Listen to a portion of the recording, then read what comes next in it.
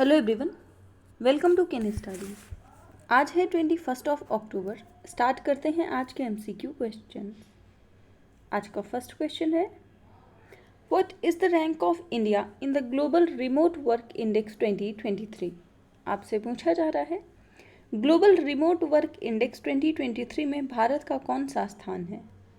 आपके ऑप्शंस हैं 65th, 64th, 63rd या फिर 62। और इस क्वेश्चन में आपका करेक्ट ऑप्शन हो जाएगा ऑप्शन बी।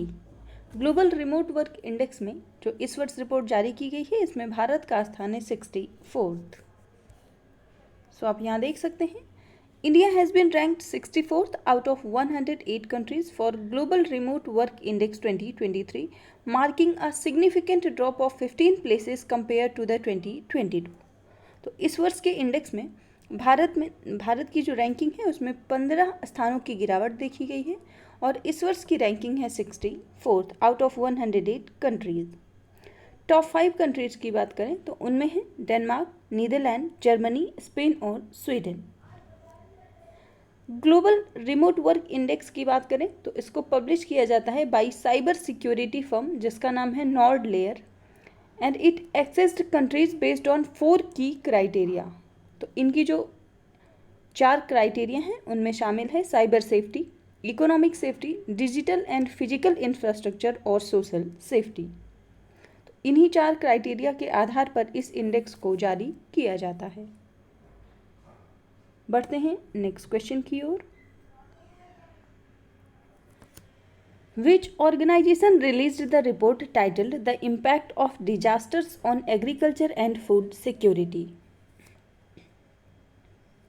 आपसे पूछा जा रहा है किस संगठन द्वारा कृषि और खाद्य सुरक्षा पर आपदाओं का प्रभाव नामक शीर्षक से एक रिपोर्ट जारी की गई है।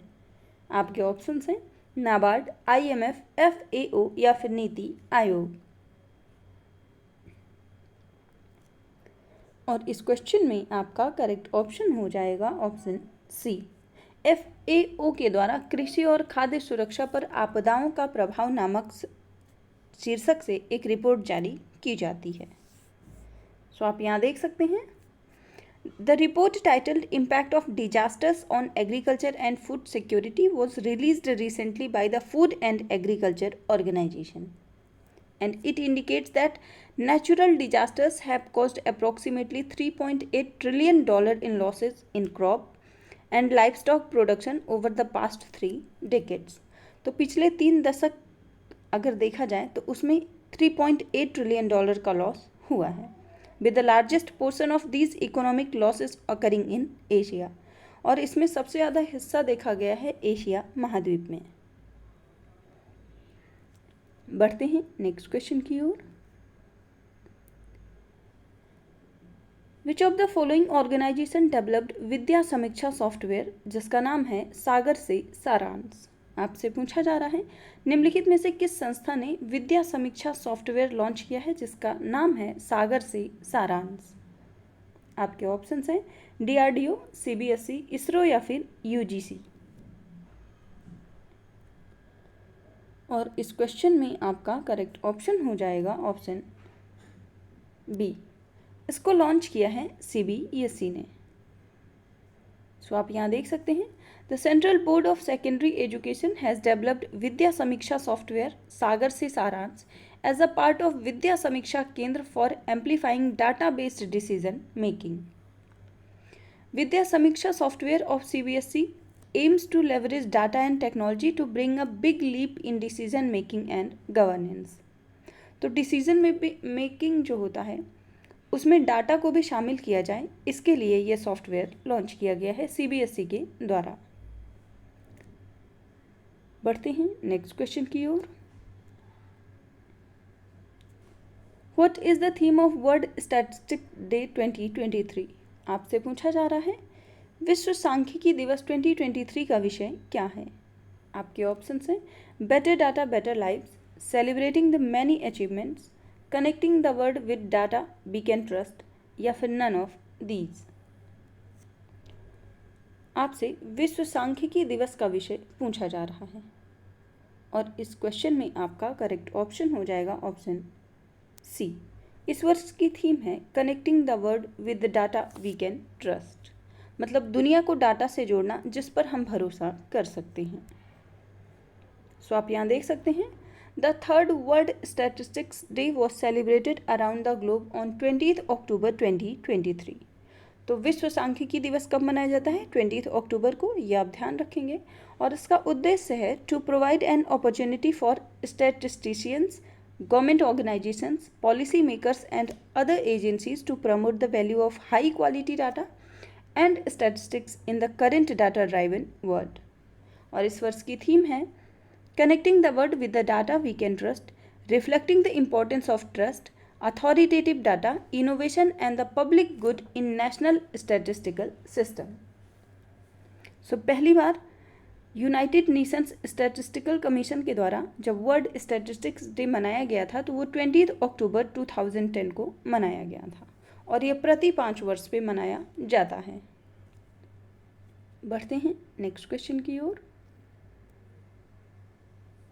Which of the following institute has bagged a prestigious UN Award 2023 for its contribution to the sustainability reporting? आपसे पूछा जा रहा है, निम्नलिखित में से किस संस्था ने स्थिरता रिपोर्टिंग में योगदान के लिए प्रतिष्ठित संयुक्त राष्ट्र पुरस्कार 2023 प्राप्त किया है?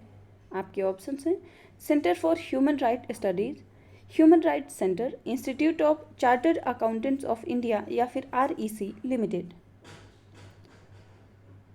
और इस क्वेश्चन में आपका करेक्ट ऑप्शन हो जाएगा ऑप्शन सी। यूनाइटेड नेशंस की तरफ से ये अवार्ड दिया गया है institute of chartered accountants of India ICAI को। सो आप यहाँ देख सकते हैं, the institute of chartered accountants of India has bagged a prestigious UN award 2023 for its contribution to sustainability reporting. The united nations conference on trade and development, जिसे हम UNCTAD कहते हैं, UNCTAD honoured ICAI during the 8th world investment forum for its contribution to sustainability reporting. ICAI की बात करें तो ICAI's efforts aim to promote sustainable practices in India and align with international standards। तो UNCTAD ने ये honour दिया है 8th world investment forum के दौरान ICAI को। बढ़ते हैं नेक्स्ट क्वेश्चन की ओर। India has set a goal to send astronauts to the moon by which year? आपसे पूछा जा रहा है, भारत किस वर्ष तक चंद्रमा पर अंतरिक्ष यात्रियों को भेजने का लक्ष्य रखता है? आप ये ऑप्शन हैं 2035, 2040, 2045 या फिर 2050। आपसे वो लक्ष्य वर्ष पूछा जा रहा है जब भारत के द्वारा अंतरिक्ष यात्रियों को चंद्रमा पर भेजा जाएगा और इस क्वेश्चन में आपका करेक्ट ऑप्शन हो जाएगा ऑप्शन बी। ये टारगेट ईयर है 2040। So recently prime minister of India Narendra Modi set new ambitious goal of sending astronauts to the moon by 2040 and establishing a space station by 2035. And during a meeting to assess the progress of India's Gaganyaan mission, PM Modi set these ambitious targets। तो आप ध्यान रखेंगे, astronauts को moon पे भेजने का जो target है वो 2040 का है और स्पेस स्टेशन इस्टेब्लिश करने का है 2035। This visionary goal highlights India's intent to become a significant player in the realm of space exploration। बढ़ते हैं नेक्स्ट क्वेश्चन की ओर। TVD1 mission which was recently in the news is related to which of these? आपसे पूछा जा रहा है, TVD1 mission जो अभी हाल ही में खबरों में था, ये निम्नलिखित में से किससे संबंधित है? आपके ऑप्शंस हैं चंद्रयान 3, गगनयान, आदित्य L1 मिशन या फिर मंगलयान। आपको बताना है कि TVD जो मिशन है वो इनमें से किससे संबंधित है और इस क्वेश्चन में आपका करेक्ट ऑप्शन हो जाएगा ऑप्शन बी। ये संबंधित है गगनयान से। तो आप यहाँ देख सकते हैं, Indian space research organisation ISRO is set to launch its first ever test flight जिसका नाम है TVD1 for the Gaganyaan mission, marking a vital movement in India's pursuit of human space flight. तो आप ध्यान रखेंगे, TVD-1 जो है ये एक टेस्ट फ्लाइट है गगनयान मिशन से संबंधित। टेस्ट व्हीकल अबॉर्ट मिशन 1, जिसका शॉर्ट में नाम है TVD-1, will evaluate the crew module's readiness for the Gaganyaan mission, and it is a single-stage liquid rocket developed specifically for this abort mission। तो ये एक सिंगल स्टेज लिक्विड रॉकेट है जिसको develop किया गया है अबॉर्ट मिशन के लिए, और इसीलिए अभी हाल ही में इसका पहला टेस्ट किया जाएगा।